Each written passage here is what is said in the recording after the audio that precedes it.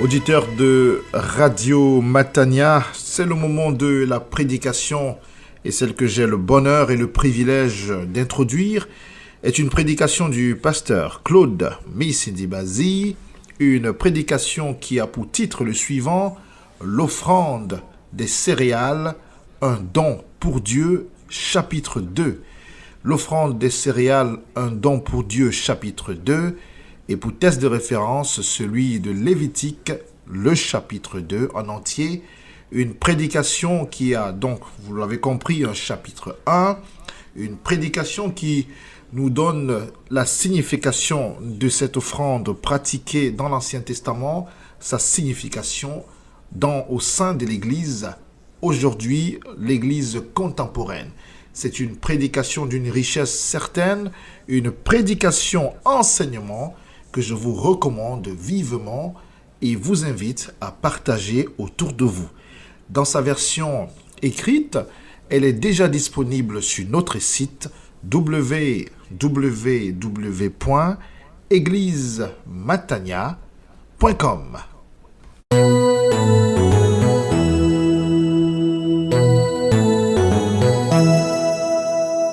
Alléluia, alléluia. Ouvrons nos Bibles et faisons la lecture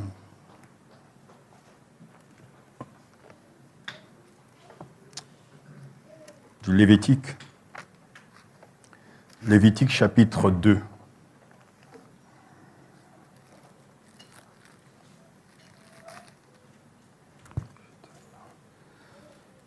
Lévitique chapitre 1 à 16.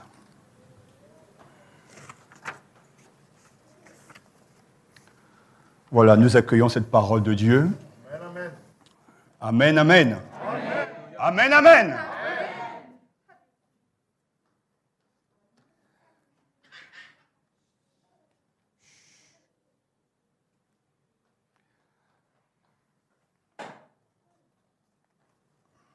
Lorsque quelqu'un apportera une offrande en cadeau à l'Éternel, son offrande sera de fleurs de farine. Il versera de l'huile dessus et il y ajoutera de l'encens. Il l'apportera au prêtre, aux descendants d'Aaron.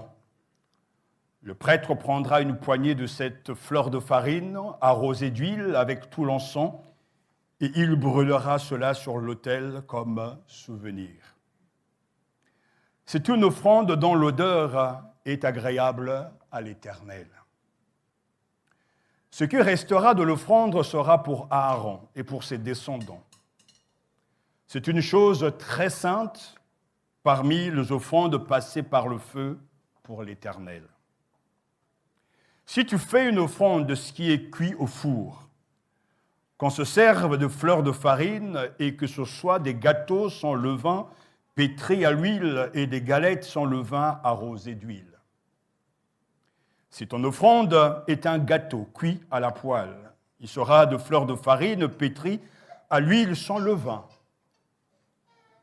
Tu le couperas en morceaux et tu verseras de l'huile dessus, c'est une offrande. Si ton offrande est un gâteau cuit sur le grill, il sera fait de fleurs de farine pétries à l'huile. Tu apporteras l'offrande qui sera faite à l'Éternel avec ces éléments-là. Elle sera remise au prêtre qui la présentera sur l'autel. Le prêtre en prélevera ce qui doit être offert comme souvenir et le brûlera sur l'autel. C'est une offrande dont l'odeur est agréable à l'Éternel. Ce qui restera de l'offrande sera pour Aaron et pour ses descendants.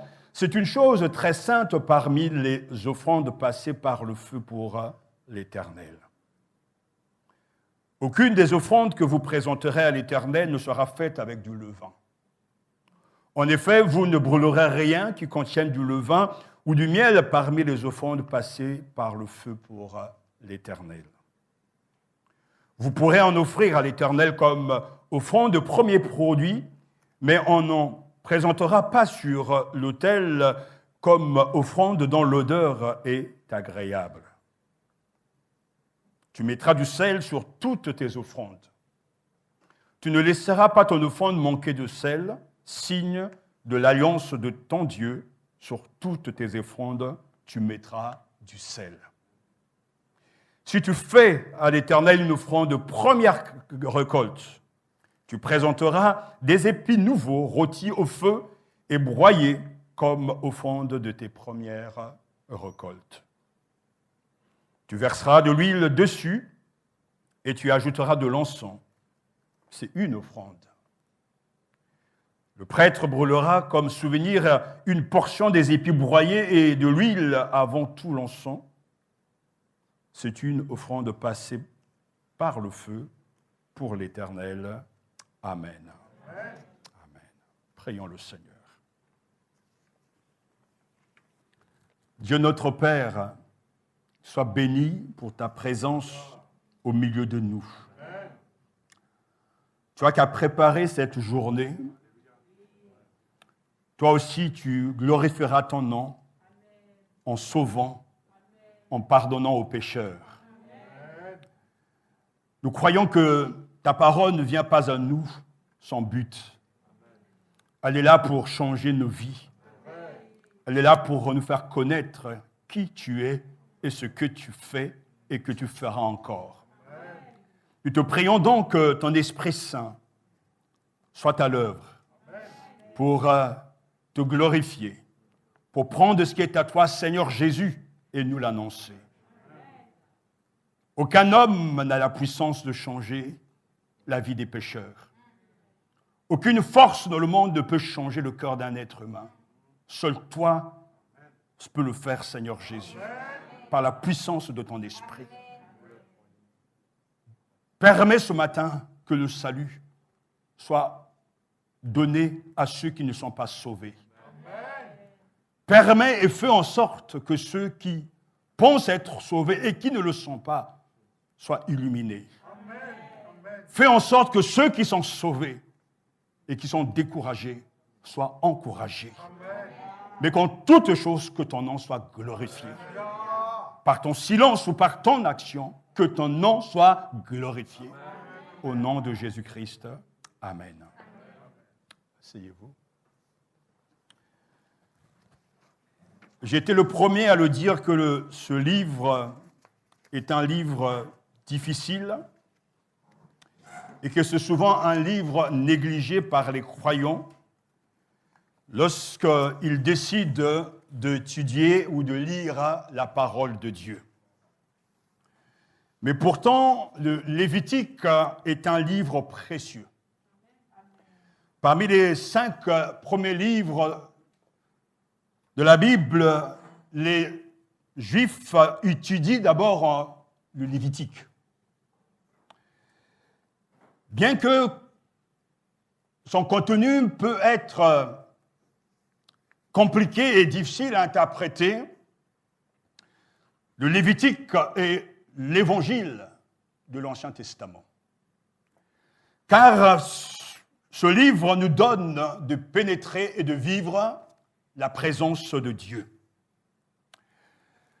Le Lévitique montre comment s'approcher de Dieu, vivre avec lui et demeurer dans sa présence, sa réalité, sa sainteté.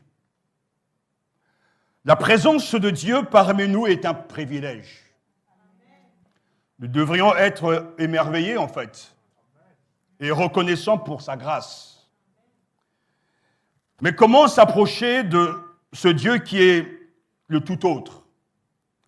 Ce Dieu qui est saint, qu'on ne peut approcher. Alors Dieu a décidé de répondre à cette question: comment puis-je, moi, un pécheur perdu et coupable, m'approcher de Dieu, de ce Dieu saint, dans ce monde et dans le monde à venir? Pour s'approcher de lui, Dieu doit d'abord m'expliquer comment le faire. Et pour le faire, il nous a donné ce livre où il nous transmet ses instructions pour que nous communions avec lui et que nous ayons avec lui une bonne relation. Ainsi, ce matin, nous allons poursuivre ce que nous avons commencé dimanche passé.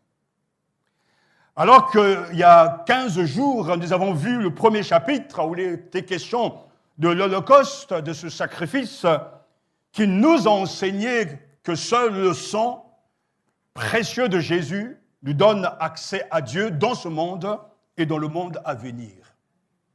J'insiste sur le fait que avoir une bonne relation avec Dieu est la chose la plus importante pour tous les croyants, voire pour tous les êtres humains.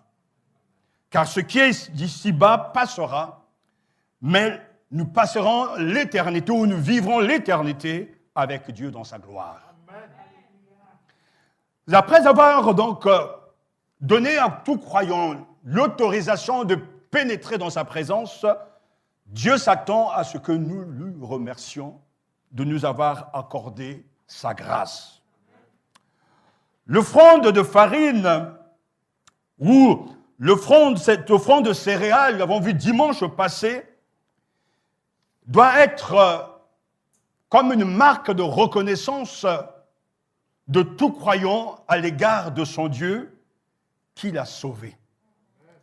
Il est dit que lorsque quelqu'un apportera une offrande en cadeau à l'Éternel. Une offrande, c'est un sacrifice végétal à base de céréales. C'est un cadeau, c'est un don que l'on fait à Dieu qui n'a besoin de rien. Mais le fait d'apporter à Dieu une offrande, c'est lui exprimer notre reconnaissance. Car le but de l'offrande, c'est d'offrir à Dieu de la reconnaissance, d'être dans l'action de grâce de ce que Dieu a tout fait pour nous. Et c'est ainsi que le Seigneur, pour accepter cette offrande, ce cadeau, ce don, ce tribut, nous donne les instructions et la description de cette offrande. Écoutons donc les instructions de l'Éternel au sujet de l'offrande de céréales. Cette offrande de céréales peut prendre la forme de fleurs de farine crue. Avant donc de tirer des applications, avant donc de tirer de cette offrande les principes bibliques, les vérités que nous pouvons vivre aujourd'hui, il nous faut d'abord comprendre de quoi il s'agit. Une offrande que l'on offre au Seigneur. Cette offrande de céréales, comme je l'ai dit, peut prendre la forme de fleurs de farine crue. Versets 1 à 3. Lorsque quelqu'un apportera une offrande en cadeau à l'Éternel, son offrande sera de fleurs de farine. Il nous est dit également, versets 4 à 10, que cette offrande de céréales peut prendre la forme de galettes ou gâteaux sans levain cuits au four, à la poêle ou sur le grill. Et il est toujours mentionné qu'il est question de cette fleur de farine qui est d'une grande qualité. Si ton offrande, verset 5, est un gâteau cuit à la poêle, il sera de fleur de farine, pétri à l'huile sans levain. Ensuite, le Seigneur poursuit. Versets 11 à 13, ni levain, ni miel ne doivent entrer dans la composition de ces offrandes. Aucune des offrandes que vous présenterez à l'Éternel ne sera faite avec du levain. En effet, vous ne brûlerez rien qui contient du levain ou du miel, parmi les offrandes passées par le feu pour l'Éternel. Verset 13, tu mettras du sel sur toutes tes offrandes, tu ne laisseras pas ton offrande manquer de sel, signe de l'alliance de ton Dieu. Sur toutes tes offrandes, tu mettras du sel. Les sacrifices ayant pour but d'entretenir l'alliance entre Dieu et son peuple et de rétablir la relation rompue, cassée. D'où justement l'importance de mettre du sel dans ces offrandes pour que Dieu agrée et accepte cette offrande. Il nous est dit également, versets 14 à 16, cette offrande de céréales peut prendre la forme de prémices, c'est-à-dire d'épis nouveaux broyés et rôtis au feu. Si tu fais à l'Éternel l'offrande de première récolte, tu présenteras des épis nouveaux, rôtis au feu, et broyés comme offrande de tes premières récoltes. Dieu précise, car celui qui donne le menu. Tout cela arrosé d'huile, versets 1, 6 et 15. Lorsque quelqu'un apportera une offrande en gâteau, plutôt en cadeau à l'Éternel, son offrande sera de fleurs de farine, il versera de l'huile dessus et il y ajoutera de l'encens. Versets 1 et 16. Les offrandes passées par le feu sont mélangées donc à de l'encens. L'encens n'appartenait qu'à Dieu. Voilà pourquoi il ne devait être que utilisé dans ce cadre-là. Ce qui est consumé par le feu, nous dit le Seigneur, doit être consumé par le feu, constitue la part du Seigneur. Tel est le principe de toutes ces offrandes. Versets 3 et 10, une partie est réservée pour les prêtres. Ce qui restera de l'offrande sera pour Aaron et pour ses descendants. C'est une chose très sainte parmi les offrandes passées par le feu pour l'Éternel. Et comme nous l'avons dit tout à l'heure, le sel en tant que signe de l'alliance doit être mis sur toutes les offrandes. Verset 13, comme nous le savons maintenant, le sel ne servait pas à donner du goût aux offrandes. Il est le symbole de la purification, de la conservation, de la perpétuité. Il est question ici d'une alliance humiliable, le sel de l'alliance de ton Dieu. Amen. Il est important de réfléchir et de ne jamais laisser son cerveau à la maison et de pouvoir réfléchir par rapport à ce que Dieu nous dit. Ça peut être ardu pour certains, ces détails, mais on ne peut pas faire ressortir du texte des principes sans avoir compris d'abord son contenu et tout remettre dans le contexte. Ces offrandes de cette espèce, on le sait aujourd'hui, appartenaient à l'ancienne alliance. Nous sommes de l'autre côté de la croix. Jésus est venu. Il n'est pas venu pour abolir la loi, il est venu pour l'accomplir. C'est dire que Christ est venu non pas pour abolir l'Ancien Testament, mais il est venu pour accomplir tout ce qui a été annoncé en son nom et qui le concernait.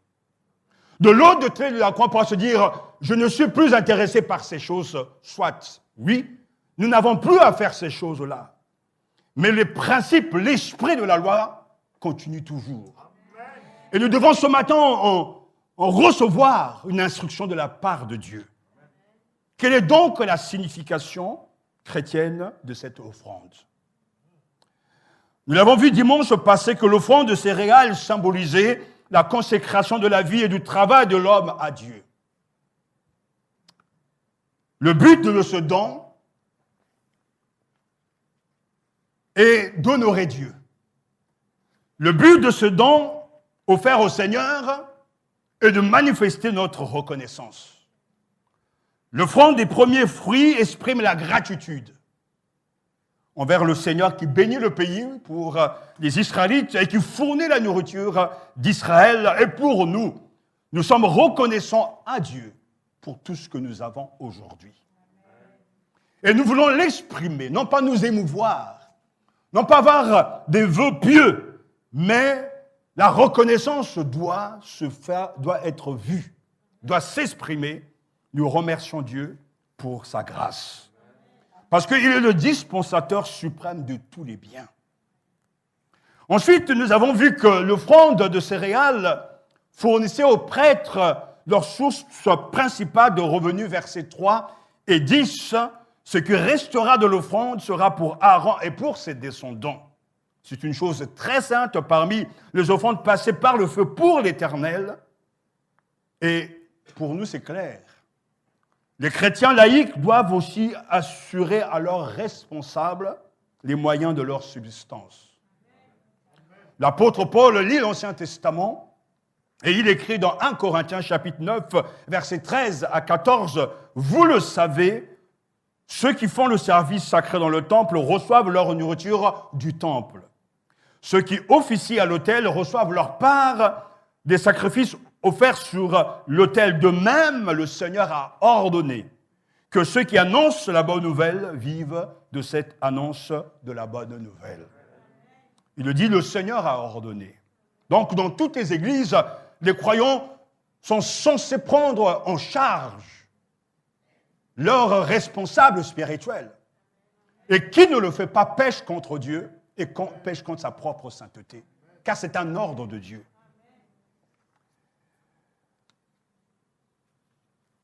Et troisièmement, que signifie donc ce sacrifice pour nous? Que signifie donc ce don pour nous? L'offrande de céréales était un mémorial, un sacrifice de souvenir. Versets 2 et 9, il l'apportera au prêtre, aux descendants d'Aaron. Le prêtre prendra une poignée de cette fleur de farine, arrosée d'huile avec tout l'encens, et il brûlera cela sur l'autel comme souvenir.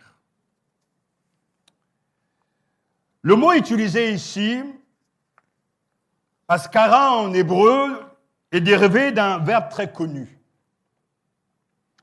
zakar, qui signifie graver, imprimer dans la mémoire, se souvenir, faire souvenir, même voire célébrer et louer. Le sacrifice dont il est question ici était destiné à rappeler devant Dieu celui qui l'offrait, à faire en quelque sorte ressouvenir Dieu de ses promesses. L'offrande de céréales était un mémorial. Je dirais même un pense-bête dans le cœur de Dieu. Un sacrifice par lequel on se rappelait à la miséricorde de Dieu. Mémorial destiné donc à rappeler le fidèle au souvenir de Dieu pour solliciter de sa part l'intervention d'une présence active. En fait, l'offrande de céréales est un sacrifice de souvenir. N'oublions pas que nous l'offrons à Dieu. Dieu l'accepte.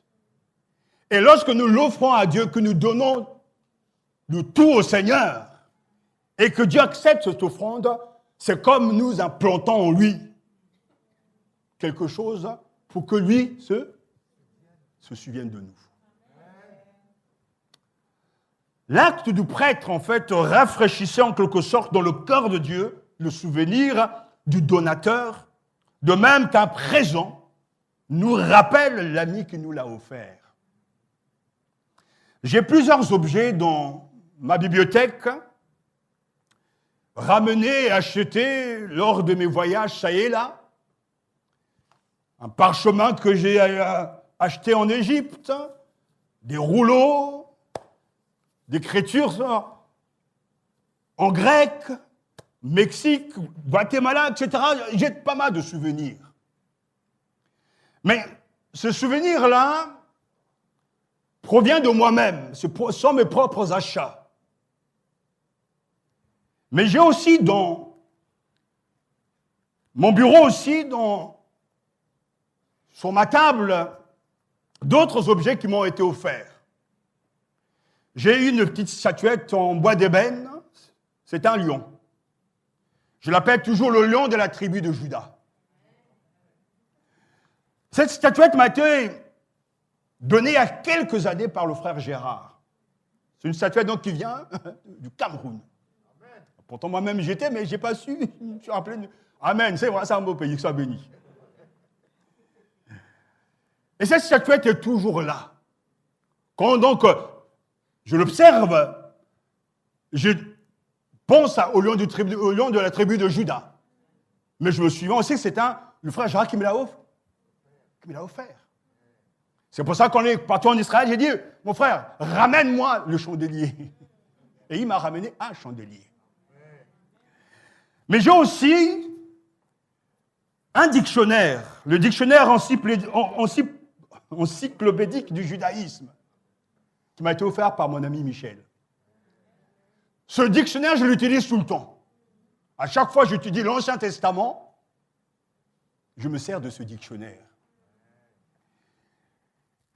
Béni soit le Seigneur. En fait, sans se rendre compte, ils ont mis en moi des souvenirs, en m'offrant ces choses-là. Maintenant, ne venez pas m'offrir bijoux, etc. Non, non, non, non, non. C'est pas ce que je demande, parce que ça doit être encombré. Mais ce que je veux dire par là, ce que l'on offre, c'est ce que nous-mêmes on est également. Et lorsqu'on offre au Seigneur un don, le Seigneur lui-même se rappellera de nous. C'est là un des buts de cette offrande de céréales. Et à chaque fois justement que j'observe ces objets-là, il m'arrive, pas tout le temps, mais de rendre grâce pour mon frère, pour mon ami. Parce que on se souvient d'eux. Comme ce que je porte m'a été offert. Allô, mais j'entends pas les Togolais dire Amen. Que Dieu soit béni, alléluia. Nous vivons tous de la mémoire de Dieu. La mémoire divine implique le salut pour celui qui en est l'objet. L'oubli même signifie sa condamnation. C'est parce que Dieu se souvient de nous qu'il agit et qu'il sauve. Ainsi, Dieu se souvient de Noé et met fin au déluge. Genèse chapitre 8 et chapitre 9, vous dit bien, il promet ensuite aux rescapés du désastre de ne plus recommencer. Pourquoi est-ce que Dieu l'a dit? C'est parce qu'il s'est souvenu de l'alliance entre lui et les patriarches.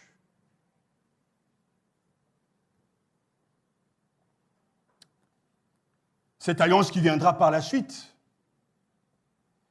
Mais Dieu déjà avait prévu cela. Je serai votre Dieu et vous serez mon peuple. Dieu a fait alliance avec eux, dont le symbole est l'arc-en-ciel. Nous vivons vraiment de la mémoire de Dieu. De même, parce que Dieu fait mémoire d'Abraham, Lot est épargné au moment du châtiment de Sodome et Gomorrhe. Quand Dieu détruisit les villes de district, il se souvint d'Abraham.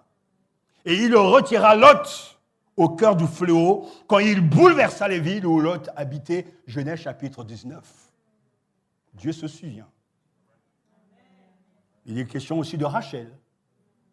Rachel aussi, qui se croyait oubliée, bénéficiera à son tour de la fidélité de Dieu qui mettra un terme à sa stérilité. Dieu se souvint de Rachel. Dieu l'exauça et la rendit féconde. Genèse chapitre 30, verset 22. Donc on se rend bien compte que Dieu réagit parce qu'en lui offrant, nous mettons lui comme ce pense-bête et au moment opportun, il se souviendra. Se souvenir, pour Dieu, c'est non seulement prêter attention à la situation, puisque précaire, mais aussi agir. Dieu se souvient que son peuple en Égypte, esclave, et ses crimes montent vers lui, et Dieu se souvient. Et il envoya Moïse. Et cette offrande symbolise cette réalité-là.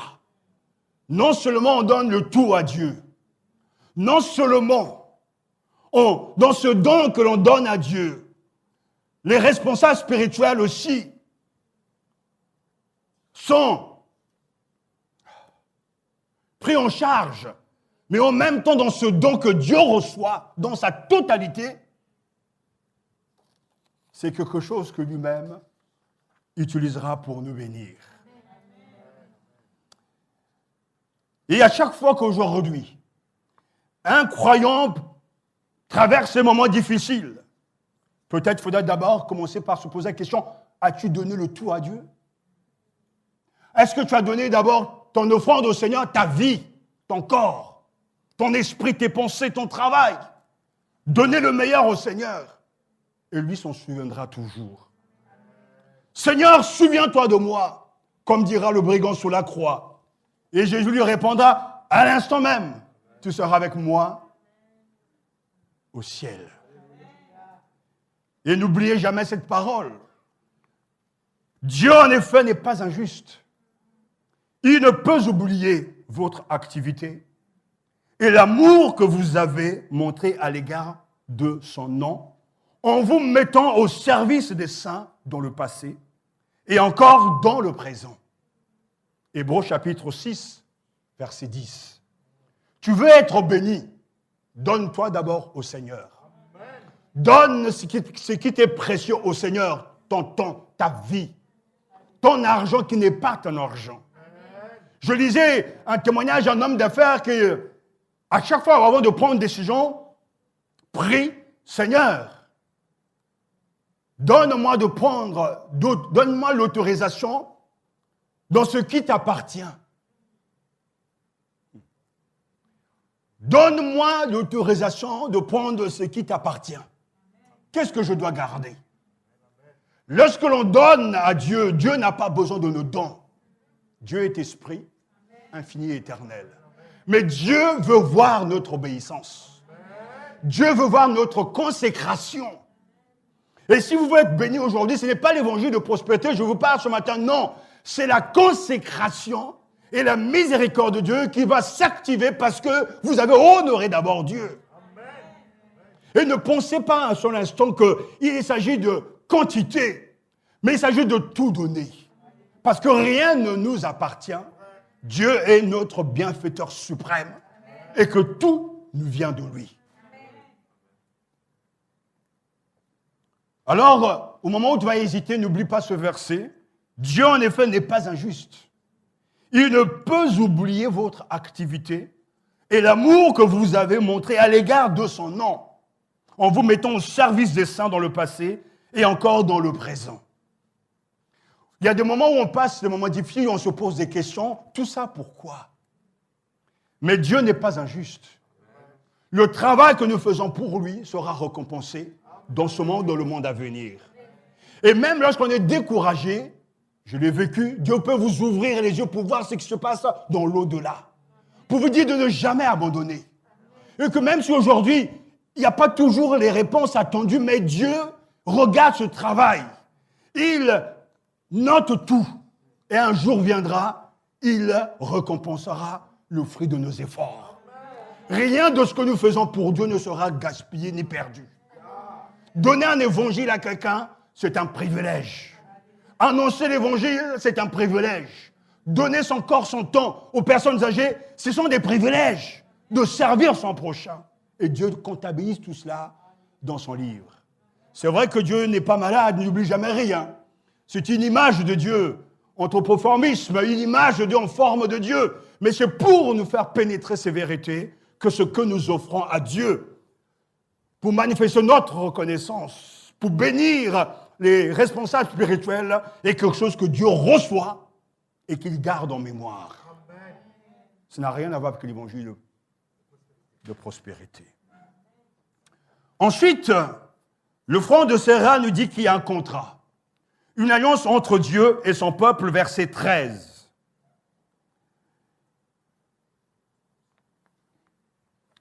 Le verset 13 dit, tu mettras du sel sur toutes tes offrandes, tu ne laisseras pas ton offrande manquer de sel, signe de l'alliance de ton Dieu. Sur toutes tes offrandes, tu mettras du sel.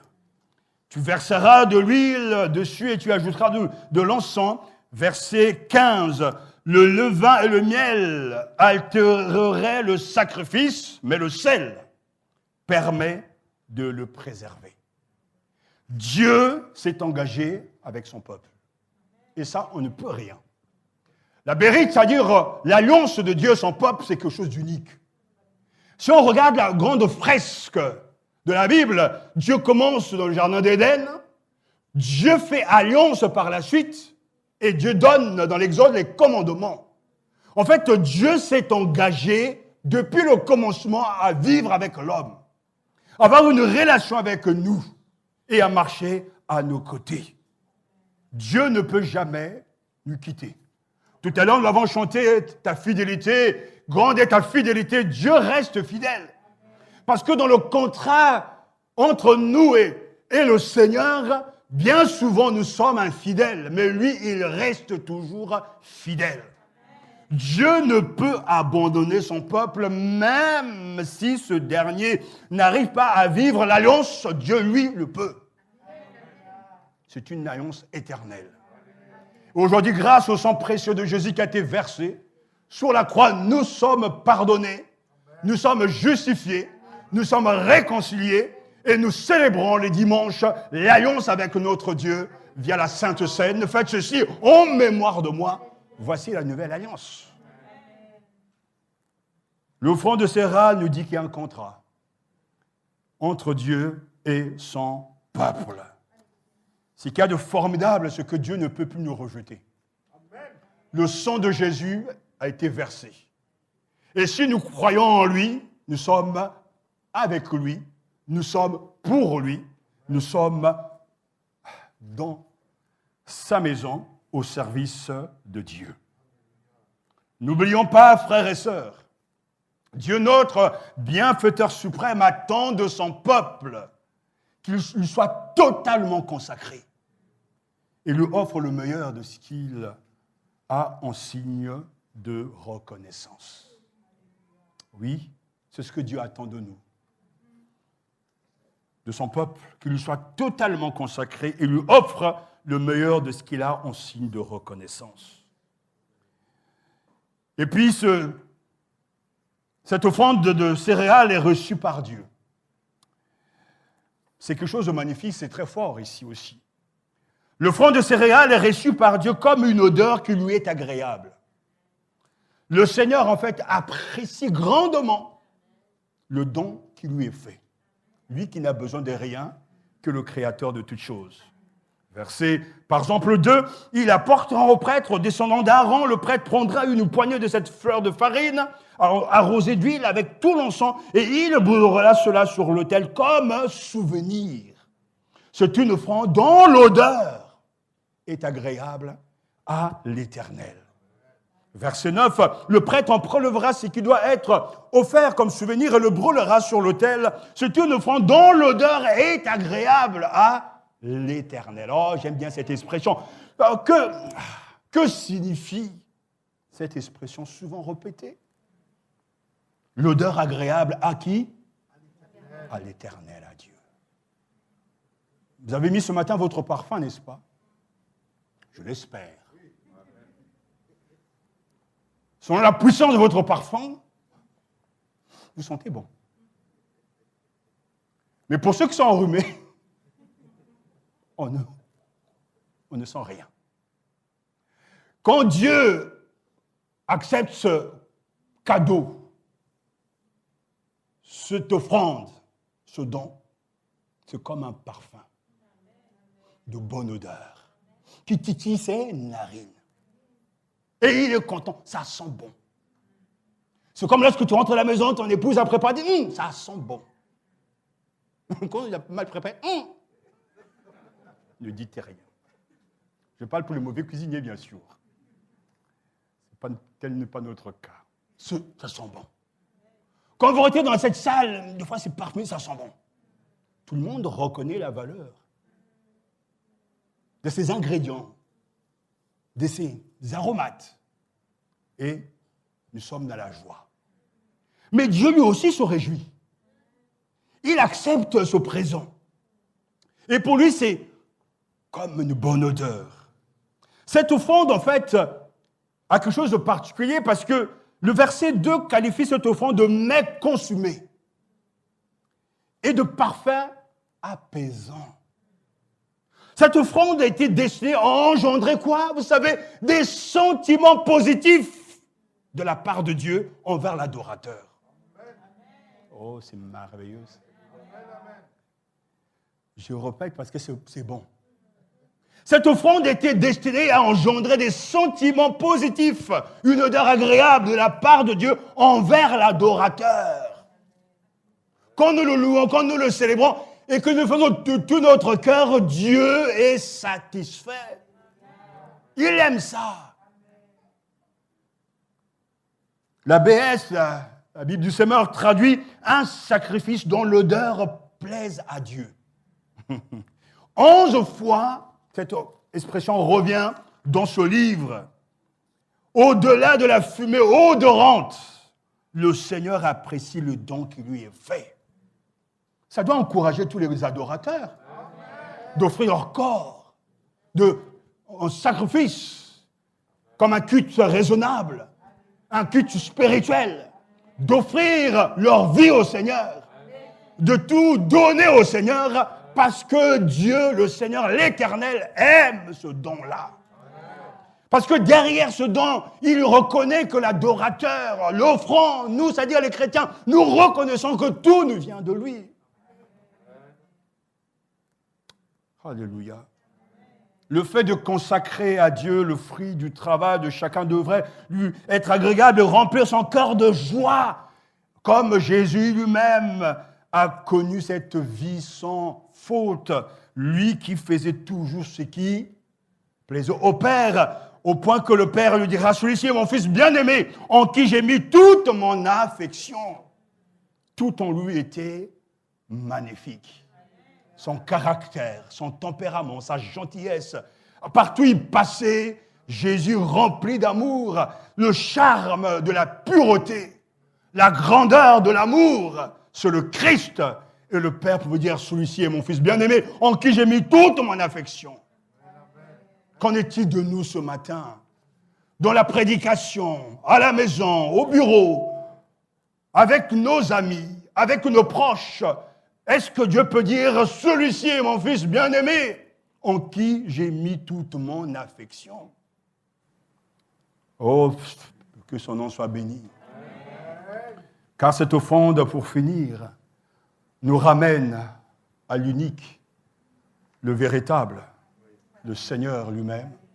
L'offrande, alléluia, alléluia, de céréales est un modèle et une prophétie du sacrifice du corps de Jésus-Christ.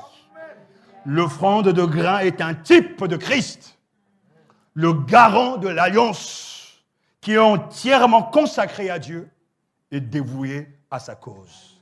L'inimitable, c'est lui. Le texte indique que l'offrande a pour rôle de quoi? D'apaiser l'Éternel. Verset 2, verset 9 et verset 12, ce qui souligne sa valeur expiatoire. Jésus-Christ s'est offert lui-même pour expier les fautes. Accomplissons ainsi la fonction de l'offrande. Écoutez ce que la Bible dit, Éphésiens chapitre 5, verset 2. Vivez dans l'amour, comme le Christ nous a aimés, et se livre lui-même à Dieu pour nous, en offrande et victime comme un parfum d'agréable odeur. Hébreux chapitre 7, verset 27. Il n'a pas besoin, comme les autres grands prêtres, d'offrir chaque jour des sacrifices, d'abord pour ses propres péchés, puis pour ceux du peuple. Cela, il l'a fait une fois pour toutes, en s'offrant lui-même. Et le psaume 40 parle de ce merveilleux sauveur. Alors je dis, voici je viens avec le rouleau du livre, écrit pour moi. Je veux faire ta volonté, mon Dieu, et ta loi est au fond de mon cœur. J'annonce la justice dans la grande assemblée. Voici, je ne ferme pas mes lèvres, Éternel, tu le sais. Celui dont il est question, c'est le Seigneur. Jésus, dès son incarnation, a mis en pratique les paroles du psalmiste, annonçant qu'il venait accomplir la volonté divine, ce qui constitue en fait l'unique sacrifice parfait. C'est lui qui établit ainsi le culte nouveau et définitif comme nous le dit si merveilleusement la lettre aux Hébreux, l'épître aux Hébreux, chapitre 10, versets 4 à 14. Je veux que l'Église se lève en écoutant ces paroles. Nous allons les lire, je vais les lire pour vous, mais écoutez, parce que tout nous annonce le Christ qui fait ce que Dieu a décidé de faire. Hébreux chapitre 10, verset 4 nous dit « Car il est impossible que du sang de taureau et des boucs enlève les péchés. Aussi en entrant dans le monde, le Christ dit « De sacrifice et d'offrande, tu n'as pas voulu, mais tu m'as façonné un corps. Holocauste et sacrifice pour le péché ne t'ont pas plu. Alors j'ai dit, me voici, car c'est bien de moi qu'il est écrit dans le rouleau du livre, je suis venu, ô Dieu, pour faire ta volonté. » Il déclare tout d'abord, sacrifice, offrande, holocauste, sacrifice pour le péché, tu n'en as pas voulu. Ils ne t'ont pas plu. Il s'agit là, notons-le, des offrandes prescrites par la loi. Verset 9, il dit alors, voici, je suis venu pour faire ta volonté. Il supprime le premier culte pour établir le second, comme aujourd'hui.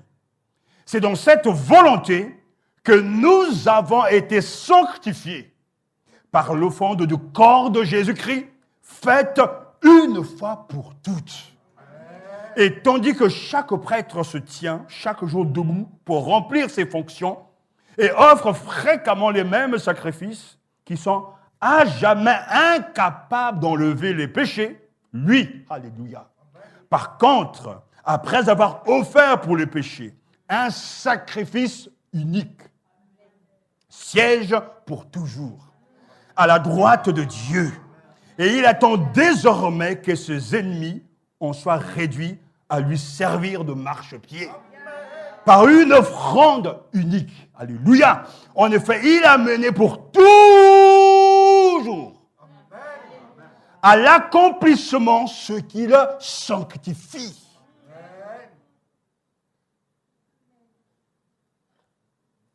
Amen. Mais lui, il a été blessé à cause de nos transgressions, brisé à cause de nos fautes. La punition qui nous donne la paix est tombée sur lui. Et c'est par ces blessures que nous sommes guéris. Christ est notre offrande. Il est celui qui typifie l'offrande céréale. Parfait, sans levain, sans mensonge, sans tricherie, pur, doux, parce que c'est le miel, alléluia, l'encens, un parfum de bonne odeur. Le Christ sera pour toujours l'offrande que le Père a acceptée, qu'il a agréée et qui continue d'avoir toute sa puissance dans la présence de Dieu. Ce qui veut dire à l'instant même, nous avons accès à Dieu, 3 fois saint dans la cité éternelle, dans la présence de Dieu, pour communier, parler, entendre Dieu, parce que grâce au sang de l'agneau, grâce à ce fait, au fait qu'il a accepté cette offrande, vous et moi, nous pouvons marcher avec Dieu, ou plutôt Dieu peut marcher avec nous. Mais maintenant, Christ est ressuscité d'entre les morts. Il est le prémisse de ceux qui sont décédés. 1 Corinthiens chapitre 15, verset 20. Alléluia. Alors ce matin, aimons-le. Allons vers lui pour tout lui consacrer et dire, tu es Seigneur, mon bienfaiteur suprême. Je te donne ma vie, je te consacre mon corps, mon âme et mon esprit. Parce que je reconnais que tout vient de toi et que c'est toi qui me donnes ce dont j'ai besoin pour avancer. Oui, Dieu demande de vous de lui consacrer le fruit de vos efforts. Que votre travail soit celui de la ferme, de l'entrepôt, du magasin, du bureau, ou encore soit accompli au foyer, à l'école, à l'église ou dans la rue. Donnez tout au Seigneur. Amen. Dieu attend de nous une totale consécration et de la reconnaissance. Oh, merci d'avoir un tel sauveur, un tel modèle. Lui-même a été reconnaissant et il a exprimé lorsqu'il va multiplier les pains pour les 5000, il rendit grâce. Au moment de la Sainte Seine, avec le deux disciples d'Emmaüs, du chapitre 24, il leur rendit grâce et il leur donna le pain et leurs yeux s'ouvrirent. Alléluia. Il est notre offrande. Plus besoin de céréales, plus besoin d'animaux. Le Christ est suffisant et c'est fini. Goûtons la joie de lui appartenir et de le servir dans son temple qu'est l'Église pour chanter ses louanges et sa gloire. Merveilleux Sauveur, à toi la gloire et l'honneur pour les siècles et des siècles. Amen. Amen, amen. Alléluia. Nous voulons prendre un petit court moment pour le louer, le chanter, non? À l'agneau soit le trône. On va chanter ce cantique de tout à l'heure pour nous entraîner encore davantage dans la célébration de notre Seigneur, l'offrande parfaite que le Père a agréée et consumée. Alléluia. Amen. Béni soit son saint nom. Oh, soyez joyeux de le chanter. Reconnaissons. Gloire à ton saint nom. Allons-nous sur son trône. L'encens et la couronne. Alléluia.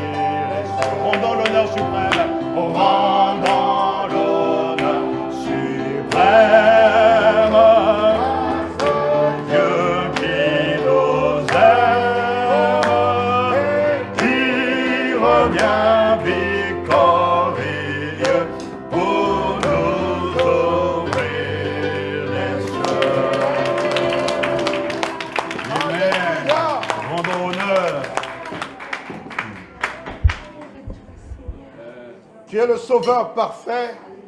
Tu es le libérateur parfait.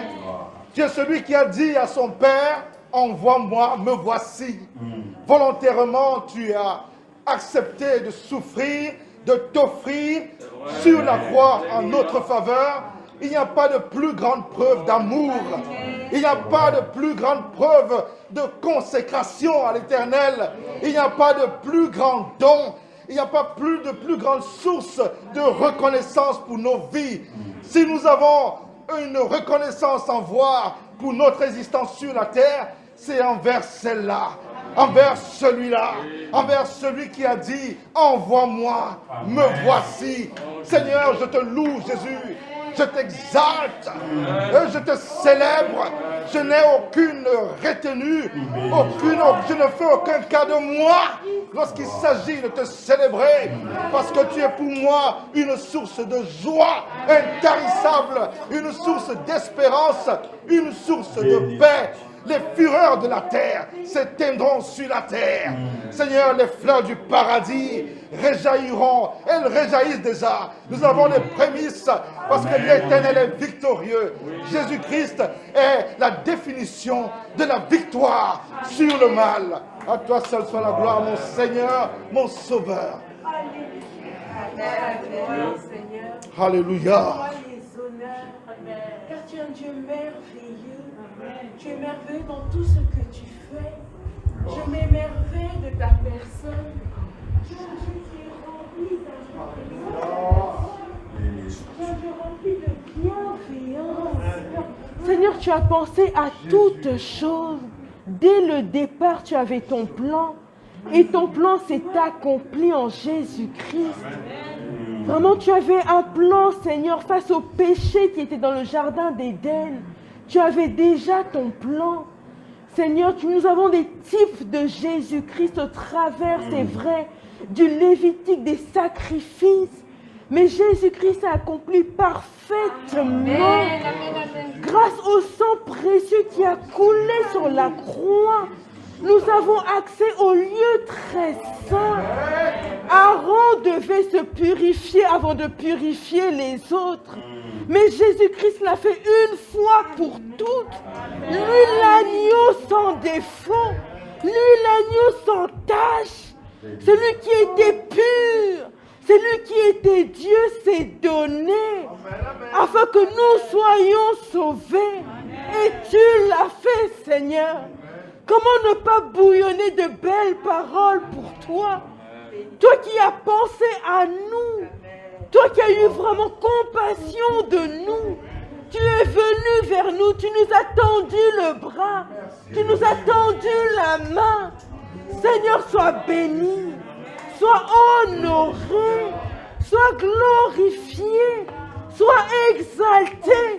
Toi qui es Dieu d'éternité. Tu es celui qui parle, Seigneur. Tu n'es pas fait de main d'homme, c'est vrai. Tu as des oreilles pour entendre. Tu as des yeux pour voir. Et tu as une bouche pour parler. Sois glorifié, Seigneur. Parce que tu es au-delà de ce que nous pensons, imaginons. Sois glorifié, éternel. Amen. Amen. Gloire à toi, Seigneur. Autrefois, il y avait tant de sacrifices, tant d'offrandes, céréales, farine, taureaux, boucs, pigeons, etc. Mais Jésus-Christ, grâce à ton sacrifice suprême, parfait, toi le grand pontife, le souverain pontife, le grand prêtre, tu t'es sacrifié une fois pour toutes. À toi la gloire, à toi la louange. Grâce à ton sacrifice sur nos fronts, il est écrit, guéris spirituellement. Sur nos fronts, nous tes enfants, il est écrit, délivrés de la malédiction. Gloire à toi, Jésus, pour ce sacrifice. Grâce à toi, nous sommes justifiés, pardonnés, libérés, accordés. Gloire à toi la louange, à toi la louange.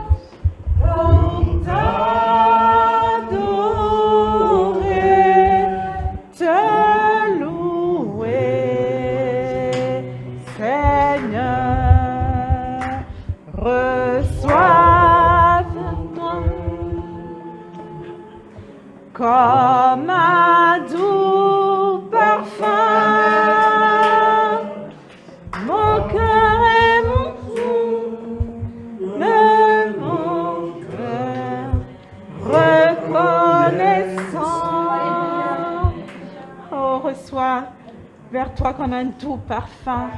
Notre reconnaissance et tout notre amour, devant tant d'amour, devant tant de générosité, devant ton sacrifice parfait, nous ne pouvons que nous prosterner, dire Alléluia et te dire merci pour ce que tu as accompli. Sois loué et adoré. Oh Jésus, nous t'aimons. Gloire te soit rendue. Alléluia. Les offrandes de céréales avaient la capacité d'être une bonne odeur devant toi. À combien plus forte raison le don de la vie de Jésus-Christ, lui qui était parfait, sa vie était précieuse, il agissait en tout point comme tu le voulais.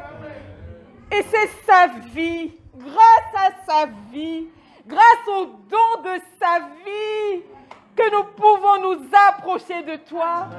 L'offrande de sa vie, Seigneur, tu l'as agréée comme un parfum de bonne odeur qui a réjoui ton cœur, qui a calmé la colère que tu as vis-à-vis de nos péchés. Seigneur Jésus-Christ, je te suis infiniment reconnaissante pour tout ce que tu as accompli, pour ce que tu nous montres comme modèle de ce que Dieu aime. Je t'aime de tout mon cœur. Reçois ma reconnaissance. Reçois mon adoration. Oh mon Dieu, je te bénis d'avoir ouvert cet accès à toi. Je te bénis parce que je peux t'appeler mon Père. Je te bénis parce que je n'ai plus à faire ces offrandes.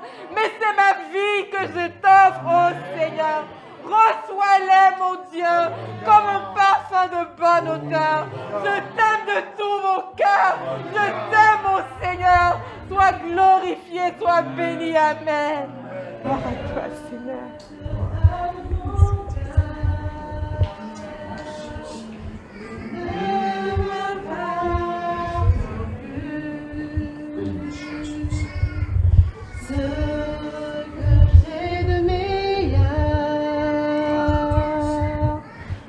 C'est pour toi, Jésus, un parfum de valeur sur toi est répandu. C'est l'offrande de mon cœur. Je suis à toi, Jésus. Prends mon cœur, prends mon âme, je te donne tout. Prends ma vie, me voici, je te donne tout.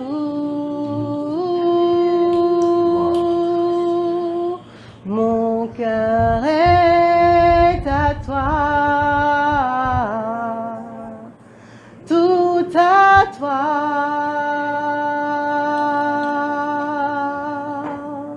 Mon cœur est à toi,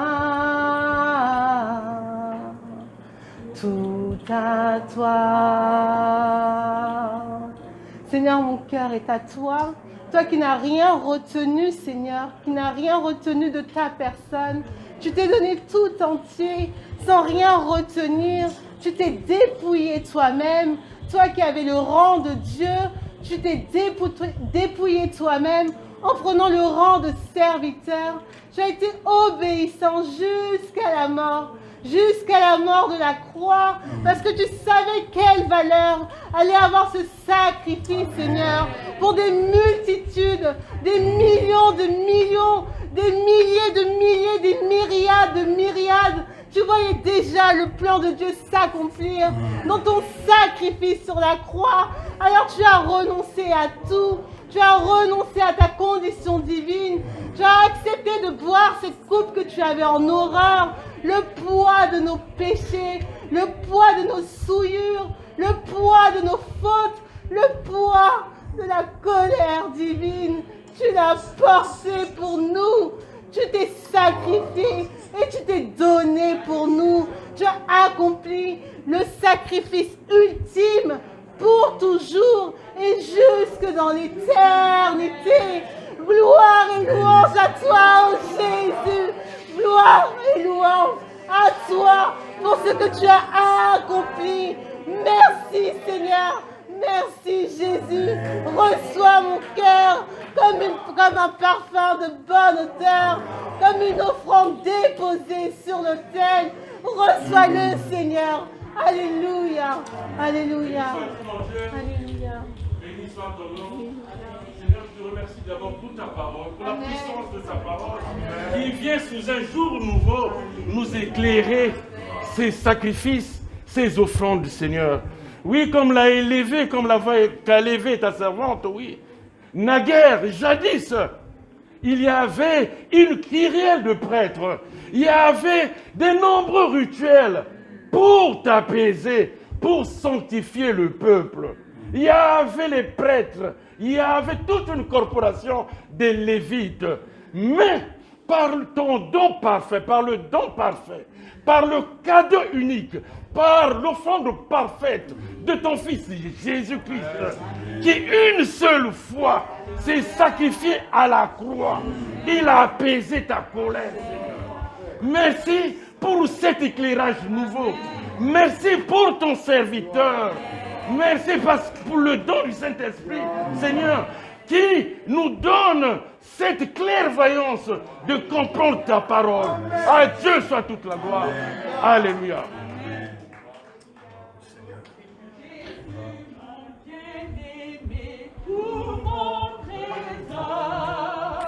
Tu m'as donné ton amour et ta vie.